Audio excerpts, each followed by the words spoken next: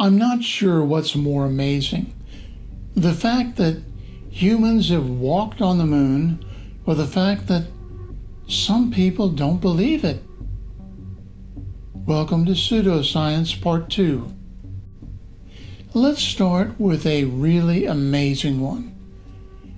We never went to the moon. On July 16th, 1969, Neil Armstrong and Buzz Aldrin set foot on the moon. It was the culmination of the work of about 400,000 NASA employees and contractors working together to put them there. But only one man spread the idea it was all a hoax, or as he put it, America's $30 billion swindle. That man's name was Bill Casing, a former Rocketdyne employee. Rocketdyne was the company that helped design the Saturn V rocket engines for the space program.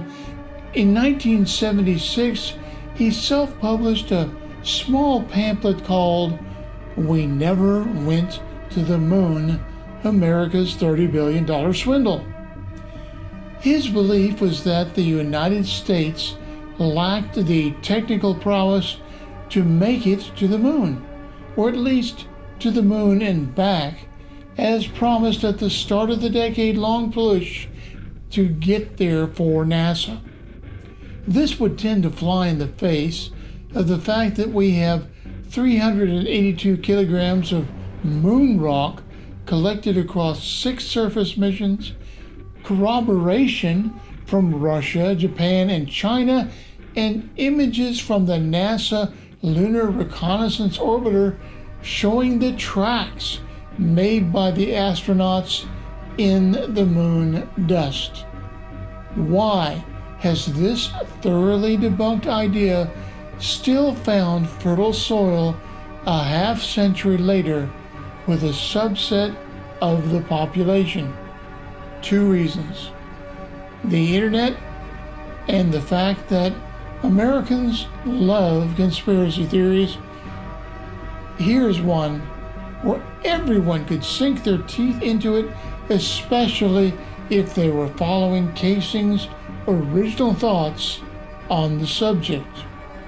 Among the things that Casing pointed out, the fact no stars were visible in the pictures from the moon, the lack of a blast crater under the landing module, the way the shadows fall in the photographs from the surface.